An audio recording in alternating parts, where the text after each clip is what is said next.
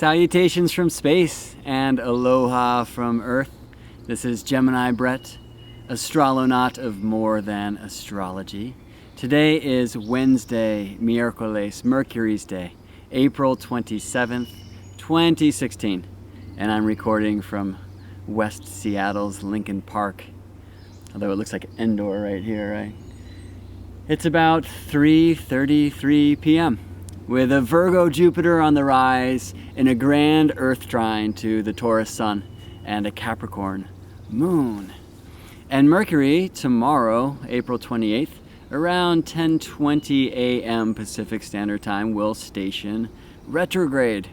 And in doing so, he will join the fray of many planets that are already moonwalking or dancing in reverse motion through the signs and constellations of the zodiac.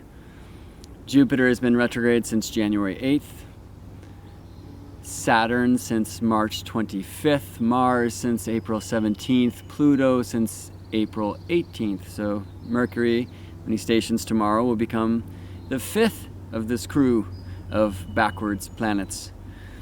If you're one to also consider the energies of the principal asteroids of the belt that lives between Mars and Jupiter, well, Juno is also retrograde now and has been since early March.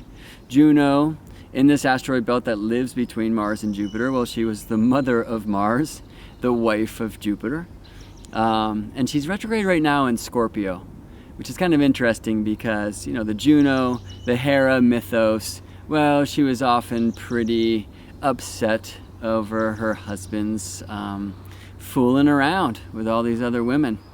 But a lot of those encounters brought to us beings like the sun and the moon and Mercury, or so say the myths. But with Juno, who is the essence of relationship, retrograde in Scorpio, probably bringing some of our attention into some of the past patterns of partnerships and such.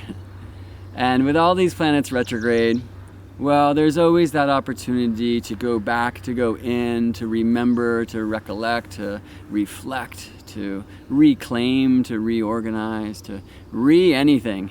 And regret is an interesting word, I think. So for me, there's something about the things we did and didn't do, the things we didn't do, to quote a favorite Magnetic Fields song. Yeah, and looking back at some of that stuff. And, you know, we're obviously here on a forward quest in the Earth game, right? A quest of evolution. But sometimes, well, we haven't finished a grieving process, right? We have in mind all of the learnings we're meant to in one area before we bring them into the manifest world. And so sometimes these retrograde planets, and when so many are retrograde at a single time, it can really bring that energy back into making sure we're having coherence with the multiple studies, the multiple energies, and can bring that forward, in this quest. So let's speak first about Mercury. It is his day. And this is really the third of a short series of videos devoted to Mercury and this current retrograde and this transition from his cycle that's been Capricorn since January and is now transitioning to Taurus here this May. Mercury's very slow today, As the planet is stationing retrograde, well, shifting from drive to reverse, we've got to stick it in park for a moment, right? So Mercury's moving just as slow as he can right now. I mean, tomorrow he'll be like completely stopped and switching directions, so that's really as slow as he can. But it's a time of very slow Mercury. Does Mercury like slow? And it's a very interesting thing to see on your chart. Is my Mercury fast or is my Mercury slow? And you can really tell once you learn the cycle where Mercury is in the cycle can just determine his speed for you. You can also look that up. But slow Mercury, well, Mercury's the fastest planet, right? Whips around the sun in 88 days. That's Mercury's sidereal period, the amount of time it takes Mercury to orbit the sun, right? So Mercury gets around the sun 4 times faster plus than the Earth does. And that's pretty quick. And we think of that mercurial essence, and Mercury in many ways being a symbol of consciousness. I mean, not only brain, but mind, which I feel exists in many of the other planes. I just recorded a whole series of pretty long podcast episodes if people want to go into Mercury by element and Mercury by morning or evening and these different things on the chart to kind of mine more information about information, because Mercury can often be that. So Mercury tends to be fast, and that's just seen in this revolution, 88 days around the sun. Now, the period is seen from Earth, because Earth's also moving, is about 116 days on average, where we have like a Earth-Mercury-Sun alignment, right? Mercury right between the Earth and the Sun, which is like a new Mercury. So 116 days then is what's called the synodic period, the meeting synod with Mercury. So Mercury is very fast, right? Faster than any of the planets.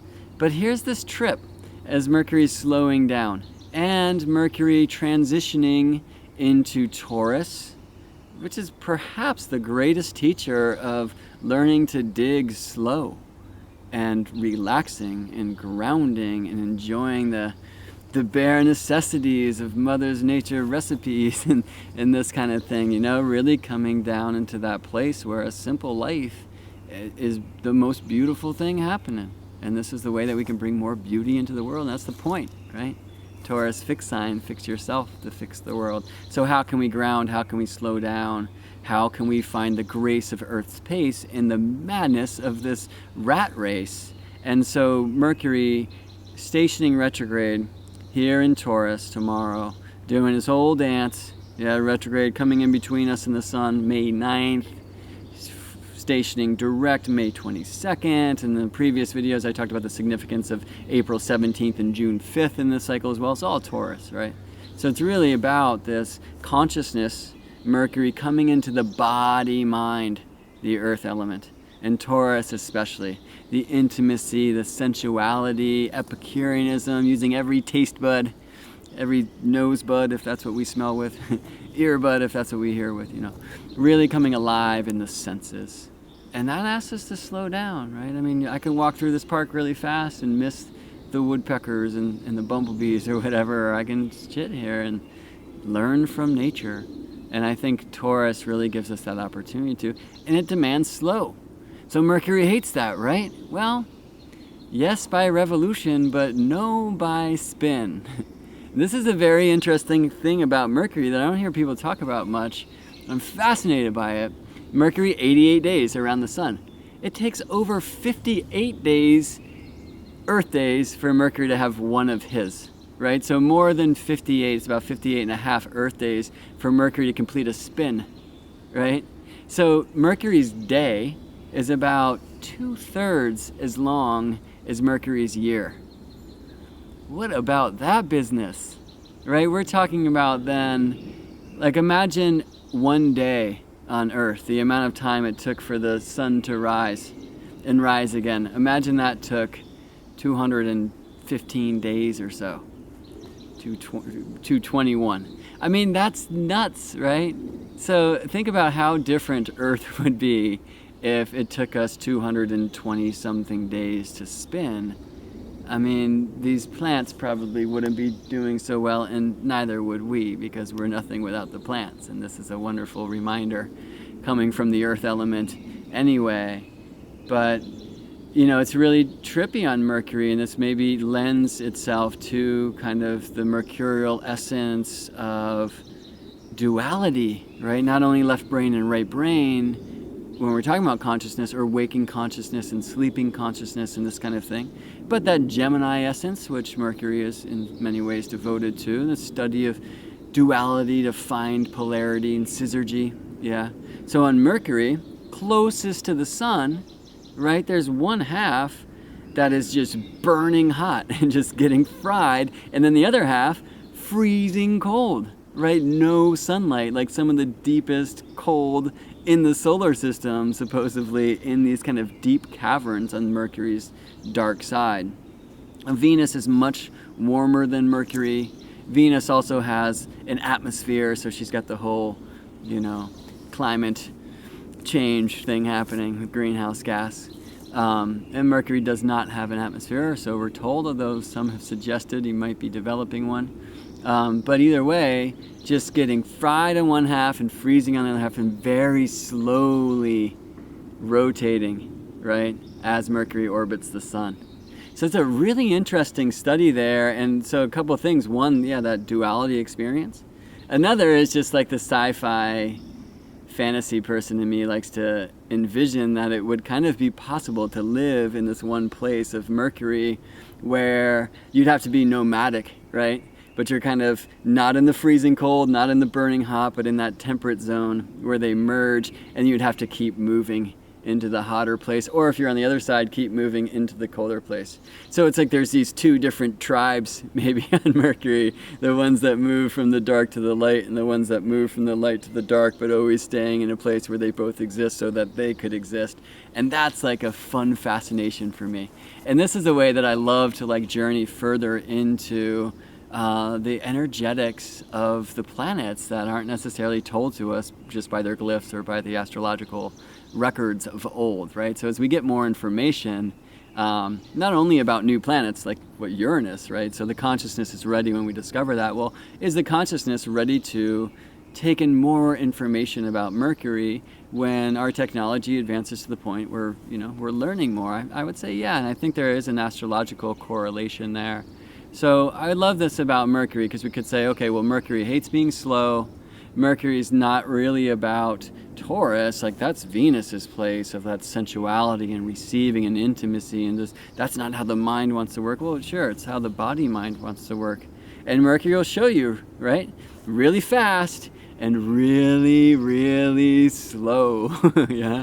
So there's something about tapping into that slowness of Mercury that seems really important at this time. I mean, retrogrades in general, they can give us a wonderful opportunity to release ourselves from the rat race and just computing all day and start to look at our experience. I like to think of it as if we relax language, you know, or the written word. What else can we bring in? So I have had amazing times of just like staring at the planet glyphs during Mercury retrogrades, and all this information opens up more in kind of the dreamscape and the other side of mind. Of like literally, I found a piece of madrone bark here in the woods during one of the retrogrades and just read that as my book for 3 weeks, which was actually pretty profound. I wasn't as devoted to it as I would have liked to have been. But in this last retrograde cycle, which is December to January of 2016,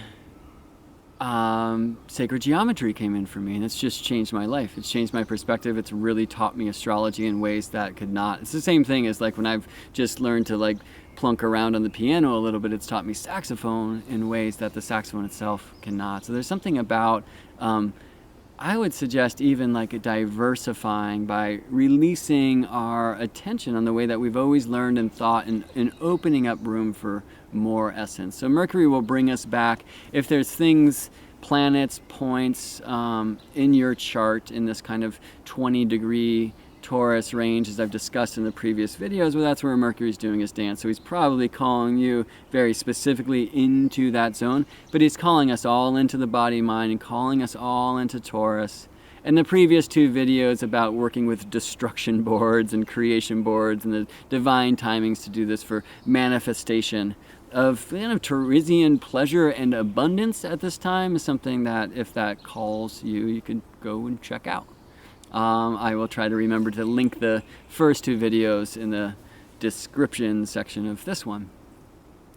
So, you know, is it helpful for Mercury when he's in this retrograde period, April 28th till May 22nd, for these other planets also to be retrograde? I would say yes. You know, there's something about, okay, can we really go back? And the other planetary energies are helping us do this. Now, the other planetary energies have their own thing, right? So Mars retrograde. Well, Mars retrogrades for just over 2 months' time. So it's April 17th, and he'll station direct in June. And, well, Mars can be the masculine energy. I like to consider it the exhale, you know, outside of Earth and on the way to the other planets. A lot of our kind of creative spark, not as much the essence of the creation itself, if that's more of like a dream based and bringing that into reality, but kind of this like sacral chakra and even solar plexus zone of, where we're like breathing out into the world and bringing our light out into the world. And it can kind of be that get up and go, that kind of Aries essence of charging the mountain, knowing where to put all of our energy into. And with Mars retrograde, he's in Sagittarius, right? So one thing, we just consider Sagittarius philosophy, the vision quest, higher truths. But what about our beliefs there? And Mars, who brings the sacred sword, might be helping us to come back and think about, what our beliefs are in ways that might keep us from seeking, and bring the sword to cut some of that stuff off. If we're done with a specific belief system, make room to learn anew, or keep what we want of it, release what we don't, this kind of thing. And well, you might have felt a bit of an energy drain since Mars stationed retrograde on April 17th, maybe a little bit before there, as Mars is slowing down. I have to say, I certainly have. And without really anticipating it. But there's this other thing about Mars too, is heading back to Scorpio. He'll ingress Scorpio later in his retrograde period, and that traditionally is one of Mars's natural domiciles, or one of the signs that he is said to rule. So in a way, Mars is going home, and I dig that. There's also this other thing where he was coming to catch up to Saturn. Saturn stationed retrograde first, and Mars is like, no way, man, I'm out, and then hit the brakes and hit reverse, and he'll head into Scorpio before he comes back in. And then after Mars stations direct, shortly after Saturn stations direct in August, they will meet. August 24th, I think, is the Mars-Saturn conjunction in the sign of Sagittarius.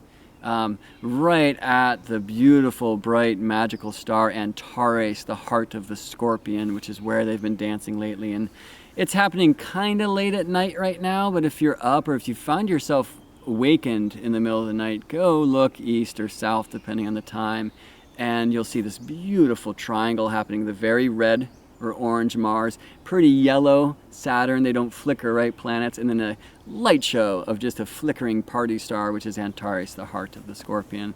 And I could go on and on about that, but what I would say is Mars is helping us kind of gather some of the energy, maybe from the inner psyche. I like to see Scorpio in many ways as the burning of the phoenix, but then Sag is when it rises from its ashes. I mean, so that all that happens really in the Scorpio seed, but there's something about coming up into truth.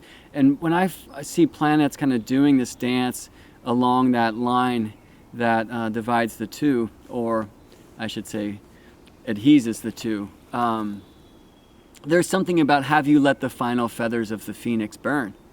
Because how can she rise if that hasn't gone down? So Mars brings this energy, the sacred sword that cuts into some things that might have been holding us back, might have lived in the unconsciousness. Mars has a 26-month synodic cycle, but 15 years and 17 years are his periods. We don't want to get into all this today, but there literally could be things from 15 years ago where Mars is looking and saying, oh, okay, did you allow yourself to grieve? Were you not ready for that yet? Yeah. And just Mars taking some of the energy and the output away is such a beautiful service to a Mercury retrograde, especially in Taurus. You see what I'm saying? Because it's asking us to slow it down. And if we're not willing to do that, maybe it's just cool, well, you don't have any energy anyway. Yeah, I mean, for me personally, actually, since Mars and Pluto station retrograde, I've had construction at my house every morning at 7 a.m. And it's terrible. I'm a star man. I'm a late night guy, And so I've been tired, but I just get up and come to the park, get my work done, do my thing, do readings here. I've been on the phone in the middle of the park, which is a little bit disrespectful to the trees and stuff, but we speak about it. But it's been so lovely. This has just been my life for the last week. And the construction's not stopping, so I'm just going to keep it up, or maybe split and travel around, see some other woods. And see, that's a really beautiful thing, I mean, there's a bit of lack of energy because I'm not sleeping as much as I would like to. That opens up the dream world a little bit more, even during the day. And it's hey, come out, be with the earth. You have no choice. be at home like frustrating and angry at people that you really don't have a right to be angry at, It's like bad Mars. Or get out here, use that energy, connect, and then what can I find in here of Mars, right? So it's interesting. I mean, I hadn't really even thought about Mars's kind of 15-year period before, but that would take us back to 2001, yeah? And then we're talking 9/11. And that's a very interesting thing to me at this time. And that kind of brings us into a couple things. One, Mars stationed retrograde basically the same day as Pluto. April 17th for Mars, April 18th for Pluto, within 15 hours of one another. Now, traditionally, Mars ruled Scorpio. And in modern rulerships, it's said to be Pluto, or said to be them both. So there's something, even though Pluto's in Capricorn and Mars is in Sag, when they retrograded, there's something that's asking us to look at Scorpio. Who do we see there? We see Juno. All right, so we see a lot of, as I discussed earlier, maybe some of the rage and some of the anger and some of the pain and some of the grieving stuff that's meant to get done through relationship, and taking back our will and who we want to be, and living by the voice of our heart, Scorpio, in the way we do relationship moving forward. Perhaps this is what Juno's checking out. And actually, before she stations direct, which is around the summer solstice, she'll head back into Libra and just hang out and station direct in the last degree of Libra, you see. So she's kind of taking this like angst and some of the passion and this kind of thing of Scorpio, and then heading back into Libra and making sure, I think, that she says, oh, I'm going to be alive, I'm going to follow my heart in the way that I do relationship before she moves forward. So I love that Mars is going to cruise back into Scorpio. When he's there, he'll look across the chart at Venus in Taurus. It's one of like the classic feminine, masculine, astrologically speaking, conversations that can happen. And in Earth, water, feminine signs. He'll look across at Mercury at some point, at the sun. So actually, he'll be in Sag, the sun will be in Gemini when they're looking there. And I'm going further than I want to go with that. But anyway, there's something about Mars and Pluto stationing at the same time that's really calling us into the Scorpionic. And part of that too, well, there's passion, there's life force. To me, it's a deep emotional authenticity, and also the essence of magic. Yeah. So magic in its light, magic in the shadows as well. And when we think about 15 years and 2001 and 9/11, well, there's this other trip happening here too. And see, this is part of what Saturn's doing, okay? Because Saturn, who has a 29.5-year trip around the zodiac, and that's why we have Saturn return at 29.5, 30, yeah? Saturn, in a sense, is taking us also back to 9/11, because 9/11's halfway to its Saturn return, all right? So when we're 14, 15 years old, that's when we have what's called the Saturn opposition, or Saturn opposite from where he was when we were born. And it's this time where it's shining a light on itself. It's usually coming from other people, from people across the table, and it's saying, hey, do you see this? So 9/11, Saturn in Gemini. Yeah. Some rules around trickster's truth. Gemini is a very true thing. The two-facedness, the dichotomy can go into the lies and the shadow, that kind of situation, yeah. Pluto was right on the opposite side in Sagittarius. Yeah, so it was a Mars-Pluto opposition. So their cycle, that's another trip. I think I'll go into that deeper at some point too. Not today. But you see, so Pluto's retrograde and Saturn's retrograde across from where Saturn was then. And there's something really calling our attention to that time. Now, it could be things like just in your own personal life, but I would suggest as well that we're asked to look into just what's gone down since then, on that energetic, and really to see how it's, I think, been personal. Yeah, so that terrible event, yeah, I mean, it was also the catalyst for the awakening for myself, for a lot of my friends, being forced to look into this darkness, to feel betrayed and lied to, that there's something more going on here than we typically see, that there's some whole other level of reality I've never considered, and oh my God, what the hell, and we're all gonna die, and wait a second, we're all gonna live, and I'm alive, It's kind of a very scorpionic thing. And I feel like that's a bit of what we're also perhaps being called into, and that some of the reasons why we do stay so fast and why we're even cultured to is so that we won't have the time or we won't take the time to go into some of those places that are difficult for us. Yeah. Because if we can, well, we're going to come back out with truth.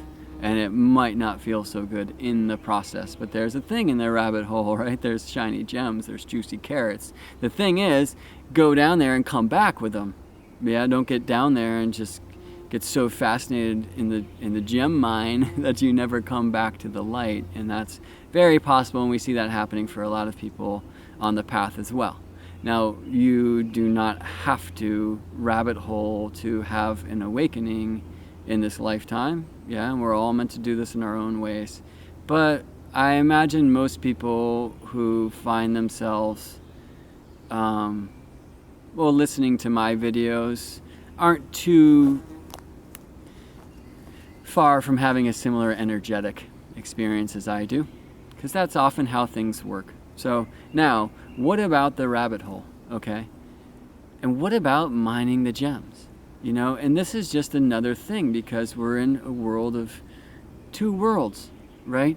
So this living world, this waking world, the thing that we see and can touch, and the practical and the linear time, and this is kind of a Saturnian thing, you see, right? And really, what's so odd about it is, like, this camera I'm looking into, like, it's not necessarily a camera, right? Or this tree. I mean, we can get into quantum physics all day, but really, like, we are projecting our consciousness, our thought, onto these energetics and creating this world, right? So this obviously can get pretty trippy, and there's an essence of, okay, Saturn and Neptune, right? So Saturn in many ways can be what we would think of as left brain and linear, and the things we can touch and practicality and whatever, you know, where Neptune's a little bit more of like the dream space, yeah? And right now at our time, and it's pretty unique, Saturn and Neptune are in this square relationship. Saturn from Sagittarius, Neptune from Pisces. So that could take us all the way back to when they were together. That was in 1989 in the sign of Capricorn. All right, Earth sign. Very interesting where Mercury's doing his dance in this cycle. That's where Jupiter and Saturn were last conjunct, in Taurus. Okay, the next Mercury cycle this year in Virgo will be right where Uranus and Pluto were last conjunct. There's something about Mercury's dance through this Earth signs this year that's bringing us also back into these longer cycles of the further out planets that have, I mean, like 20 years, 50 years, hundreds, 400 years, these different cycles. And it's interesting how many of them, how many of the seeds were planted in Earth signs in the recent beginnings of many of the current cycles. That's like a whole video course in and of itself, so let's not go too deep there right now. But I will say this about Saturn and Neptune: there's something about the reality world, this waking world, and the sleeping world, the dream world, the unconscious world, in a sense squaring off, but also, you know, Saturn moves faster than Neptune, so this is like the third quarter square in this cycle that began in 89, I believe, in Capricorn, and Uranus was right there. It was like a crazy charts at that time, 89 to 93, and so much was born into the world at this time. And a lot of the things, like think about like the World Wide Web came out then, which many people talk about as Uranus and Neptune together, 1993, and they should, but there's something too about Neptune and Saturn. And when the real world and the dream world come together, Neptune having this ability to bring cohesion and the oneness and this kind of thing into the world, and Saturn, in a sense, being this world, right? Or the world we believe this to be, the waking world, again, the things that we can touch and pinch, you know, make sure I'm not dreaming.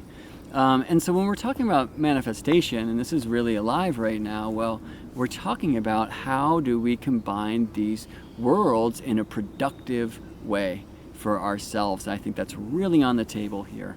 So I'm going to finish with that. I want to say one more thing about the Jupiter-Saturn cycle. This is every 20 years, and it used to be the outer planets, right? Before Uranus, Neptune, Pluto were discovered very recently, like Jupiter and Saturn was the way that people would see things. Gary Caton recently put up a podcast episode, Hermetic Astrology Podcast, I really recommend, about Jupiter, Saturn, Jupiter now in Virgo, Saturn now in Sagittarius, in this square alignment, but how they began in Taurus, and where was that in your chart? Well, it happens to be the exact same place that Mercury's doing this dance, and Mercury is having transit on May 9th in between Earth and the Sun, visibly so, the same day, May 9th, that Jupiter stations direct in Virgo, in a trine to the Sun and Mercury. There's a lot of essence of the way that the planets are exchanging energies with one another at this time. It's always that way, wheels within wheels, but it's like extra profound and magical right now. And I mean, I could get into charts all day, but I just don't want to do that. I'd rather kind of talk in the woods where the construction's not loud, and you can take what you will from this, you know. Yeah, so there's something about this time where Jupiter and Saturn were last conjunct, and that was the year 2000. That's also alive for us. But see, that was also that time, right? 2000, 2001. And I think we're really being called back into that essence. Now, when Mercury finds his height in the morning sky, which for me is like kind of the end of this dance where he's transitioning from evening, he goes retrograde, he's born in the morning, and I've talked in the previous videos about the as above and the so below and the as above. Well, June 5th, June 6th, the next day is like Venus on the other side of the sun. And that's a whole long story, but it's really interesting. June 4th is the Gemini new moon. June 5th is Mercury at his height in Taurus. June 6th is Earth, Sun, Venus in Gemini, and they're really strongly aligned in a grand mutable cross to Jupiter in Virgo, Saturn in Sagittarius, and Neptune in Pisces. And the nodes also in Virgo and Pisces. So there's something where we're really being called into these kind of specific degrees of the mutable signs, in a way as a gift for participating with presence in Mercury's calling right now. Coming into the earth, coming into the body, grounding, slowing down, looking at the stuff that we didn't have the courage at the time and probably shouldn't have had at the time to process. Now we can see it. Let's let that move. Yeah? That's kind of like the destruction board thing, to make room for creation. And now what are we going to create? And I think that there's a strong buzz in the air right now, and certainly like, you know, the talk of Bernie Sanders and Young Turks and some of these cats like this, if you dig the political entertainment thing, well, that's been interesting, the way that we're hearing it, you know, from some of the more shadow news and conspiracy worlds, and the fear around economic collapse and all this stuff that could just keep us stressed and so busy. Well, how can we actually use that energetic instead to run away and keep us in fear, to slow down and cultivate that energetic essence as our own power to release into the world a more beautiful world, because we are creating this. Yeah. And I think when we're able to combine Saturn and Neptune and think about that, well, who's in between them is Uranus, right? So how can we work on this communication between the two and bring that in? And then Pluto on the outside, so the way that Saturn and Neptune are squaring, and then Uranus and Pluto are squaring at this time, it's fascinating and endless, and then the sextiles and trines that exist between them. So I know this is astrobabble for a lot of you who haven't been studying the art of the chart for some time, but let me bring it down into words that make sense for us here on Earth. Or perhaps even more importantly so, into this idea of the practice of manifesting abundance into our world and cultivating in this energy to do so. Well, first, it's like, are you hiding from yourself? Are you lying from yourself? What is your inner 9/11? What Patriot Act have you signed so you don't have to see dark truth? Because it's difficult to deal with. Are you willing to burn that contract, you know, that document that would keep you from seeing core truth within. And then in seeing that, having that courage to see some of the pain, to see some of the wound of yourself, of the world, not getting addicted to it, not getting stuck there, but understanding the beauty of it as this seed that is in the essence even of suffering here to blossom into beautiful growth of your soul. Yeah? And so that's what the previous two videos in a sense were meant to touch upon. And now we're moving forward. Okay, so this idea of the two worlds, in the light and the dark world of Mercury, I love that. Well, we have our awake world and we have our dreaming world. And manifestation asks us to cohese the two, to bring them together, okay? So, in the dream world, when we become lucid there and say, I want to fly, you fly. You know, blueberry muffin, bam, right? And there are people in this world, Sai Baba comes to mind, can just like drop the incense from the sleeves or whatever, manifest anything that you're asking for. I don't have those skills. I'm kind of doubting you do too. If you do, why are you watching YouTube? Go make some gold, sister. But taking things slow, allowing them to be in the dream essence for manifestation, so not being so concrete about what we're trying to bring in, what we are bringing in, what we know we bring in, and allowing it to develop in the dream. And so for me, most importantly, that's connecting to the energetic. You want love in your life? Don't think about like the details of the perfect partner. Feel love, yeah? You want success, whatever that means to you, feel that, see what that is. Accomplishment, you know, acknowledgement. What does it feel like to come home from this successful day of you giving the gifts you want to give them, and to just be honored by yourself and proud of yourself? What does that feel like? Project yourself into that space where you're feeling that. Don't even worry about what it was that you did that makes you feel so great in your future self. Just feel it, yeah? And stick to that vibe and see what the symbols of that vibe are. That goes on your creation board, yeah? Because it leaves it open so we can surprise ourselves. Because if we have this very Saturnian, this is the way it's got to be, Neptune's not necessarily going to play along. As soon as we connect to the energetic of it, yeah, then Neptune will start developing that in the other world, the dream world, until it's ready to come into form as something practical, Saturnian, real that we can touch. And see how Uranus participates in between, will blast away the thing that keeps us from connecting to the dream, and then brings the dream back into consciousness, into a world that it can be seen and participated with. So there's all these planets doing all these dances. I would really highly recommend you check them out now. And the last thing I'll finish with, because the battery's finishing on us, is Pluto retrograde. Well, Pluto's retrograde almost half the year, okay? But it's really important to look at where he's stationed. So Capricorn, and we're talking about governments and even political systems and even the weird money system when we get into the power and control side of Pluto, but also the beautiful evolutionary release. What started for you that's now ready to come through. I'm coming back to look at this stuff so we can manifest our own powerful evolutionary experience and expression here into the world. Pluto stationed retrograde at the 17th degree of Capricorn. The Sabian symbol is the repressed woman finds psychological release in nudity. So let's just take off our clothes, y'all, and get into the earth, like these earth signs that are happening today, and be naked and be in the woods, and remember to take our shoes off and bury our feet in the soils and scratch our armpits and eat a banana and love the truth of the monkey suit, because it is such a principal vessel for our evolutionary growth here in the wondrous platform of the earth game.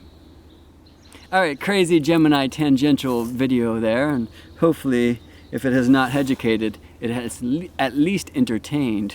And what is the difference anyway? This is your friendly astronaut, Gemini Brett, signing off. No, it's not. One more thing.